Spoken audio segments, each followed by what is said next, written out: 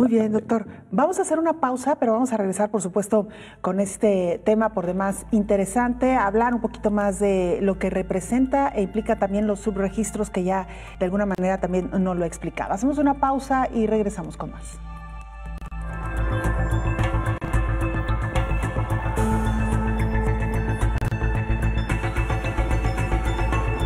Estás viendo Coronavirus, la pandemia.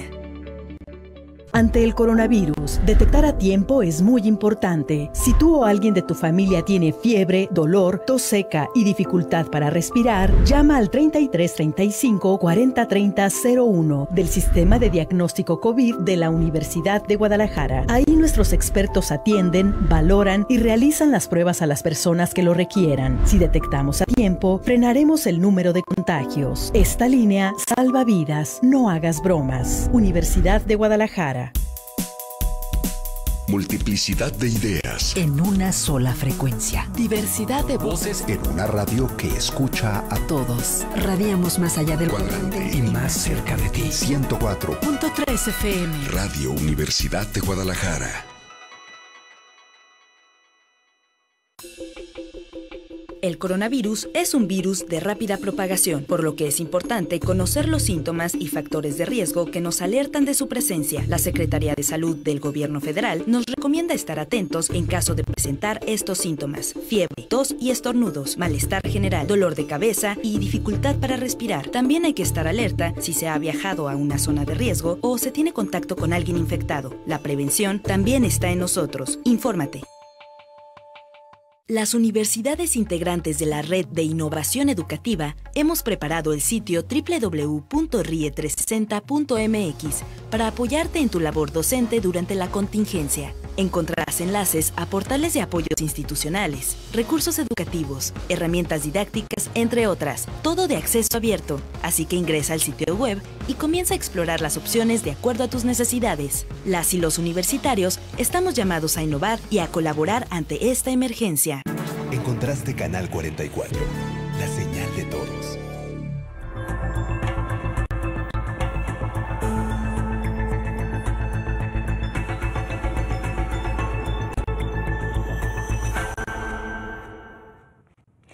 Hacemos una escala en Rusia. Ahí se encuentra nuestro compañero José Ignacio Ortega Basalo. Él es corresponsal de la agencia EFE y también colaborador de este espacio. José Ignacio, te saludamos y te escuchamos. ¿Cuál es el reporte más reciente que tienen allá en Rusia respecto a esta pandemia? Buenas tardes, buenos días ahí en México. Bueno, pues la situación en Rusia se complica por momentos, quiero decir, hablando del número de contagios. Si ayer superaba Rusia ya a China, que fue el origen, ¿verdad?, de esta pandemia que ha golpeado el mundo desde diciembre, hoy ha superado a Irán y ya es el octavo país del mundo con más casos de COVID-19. No es así en el número de muertos, porque en número de muertos realmente Rusia a día de hoy, 28 de abril, en 867. Y mientras que en esos países, quiero decir, en China están cerca de los 5.000 y en Irán rondan los 6.000. Es decir, que en ese sentido, más o menos, la situación no es tan grave. Pero el presidente ruso ha pasado de hace unas semanas decir que todo está controlado a una situación absolutamente diferente. Es decir, estamos en medio de una cuarentena que se extiende ya por más de un mes y muy probablemente ahora, en cualquier minuto, el presidente ruso, Vladimir Putin, seguramente prolongará la cuarentena por otras 2 semanas hasta mediados de mayo. Eso significa que las fiestas de mayo, que son las más importantes en este país, pues las pasarán los 145 millones de rusos en sus casas. Porque los rusos, por una parte, no se están mostrando muy obedientes con respecto a la cuarentena. Están saliendo a la calle y en ocasiones comportándose como hace 6 meses, es decir, llevando una vida normal. Por otra parte, según las autoridades sanitarias, se han disparado las cifras de neumonía. Por tanto, las autoridades sanitarias están bastante preocupadas y no se garantiza que no se extienda la cuarentena hasta junio. Por tanto, diríamos que esta es a grandes rasgos la situación epidemiológica en Rusia. José Ignacio, tengo un par de preguntas, aprovechando que tenemos la posibilidad de hablar contigo. ¿Hasta dónde las autoridades han implementado medidas tan restrictivas como en otros países, donde se hace obligatorio, so pena de hacerse acreedor a alguna sanción, incluso hasta arresto, por salir a la vía pública? Y te quisiera preguntar también, ¿cuáles son las características de la población rusa? Lo digo porque, como tú sabes, cada país se ha venido comportando de manera distinta en cuanto a las personas el perfil de personas que lamentablemente mueren, dependiendo su población. En el caso de México, por ejemplo, pues el mayor riesgo lo tenemos en personas jóvenes con obesidad e hipertensión. Ya, con respecto a las medidas, son bastante estrictas. Quiero decir, ha seguido un poco la línea de China, un país con el que Rusia se lleva bien desde hace bastantes años y con el que tiene frontera que fue cerrada a finales de enero. Pues medidas, primero, más conservadoras, es decir, Putin impuso unas vacaciones obligatorias y después de esas vacaciones obligatorias, como no funcionaron, pues impuso una cuarentena. La cuarentena no ha sido respetada, diríamos, tan bien como en países, es verdad, con muchos más muertos, como diríamos España o Italia. Por las informaciones que nos llegan, lógicamente allí parece que se ha respetado más que aquí. Y eso ha hecho que hayan impuesto, por supuesto, multas, por ahora, que yo sepa, solo multas, y las autoridades de Moscú, que es el epicentro aquí de la epidemia en Rusia, han también puesto en marcha un programa de salvoconductos digitales, ¿verdad? Eso quiere decir que para salir de casa tienes que tener un salvoconducto, informar a través de un programa a dónde vas a ir, si vas a coger un coche, si vas a coger el transporte público, el metro, el autobús, el trolebús o un taxi. Es decir, esas son las medidas más estrictas. Con respecto a lo que me pregunta sobre los muertos, en general, aquí han muerto gente mayor, ¿verdad? Gente mayor. Este es un país con una población no tan mayor como, digamos, en Europa, donde la gente suele vivir casi hasta los 80 años de media, ¿verdad? O 75, aquí menos, pero de todas formas, claro, aquí han muerto bastante gente mayor y algunos adultos también, algunos adultos también. Pero diríamos que más o menos en ese sentido parecido a la situación en otros países afectados por la pandemia. Muy bien, José Ignacio Ortega Basalo, corresponsal de la Agencia EFE en Rusia. Ha sido un gusto charlar contigo y ojalá tengamos oportunidad de hacerlo nuevamente. Se nos quedan muchas preguntas en el tintero. Por supuesto, será un placer y deseo salud para todos, tanto a este lado como al otro lado del océano. Igualmente para ti, allá en Rusia. José Ignacio Ortega Basalo, le decíamos ya, corresponsal de la Agencia EFE y colaborador de este espacio. Regresamos con el doctor Héctor Raúl Pérez Gómez, infectólogo, en esta charla que sostenemos aquí en el estudio. Doctor, hablábamos entonces de la efectividad de la prueba PCR y en qué momentos suele ser una buena herramienta para el registro de casos. ¿Qué más se puede hacer y de qué otras herramientas se puede echar mano en materia de pruebas, doctor? Bueno, Belén, las otras pruebas que actualmente existen, incluso ya en el mercado y algunas en desarrollo, son las pruebas de anticuerpos.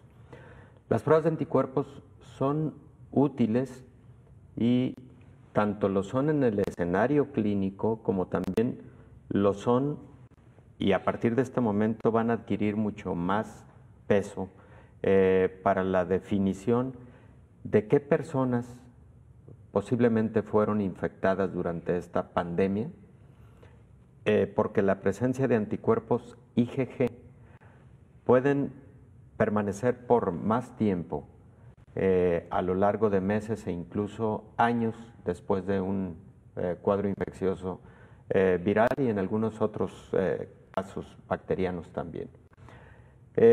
La presencia de estos anticuerpos durante la fase temprana de la infección, unos de ellos conocidos como inmunoglobulina M o IgM, aparecen aproximadamente entre el quinto y el séptimo día de iniciados los síntomas.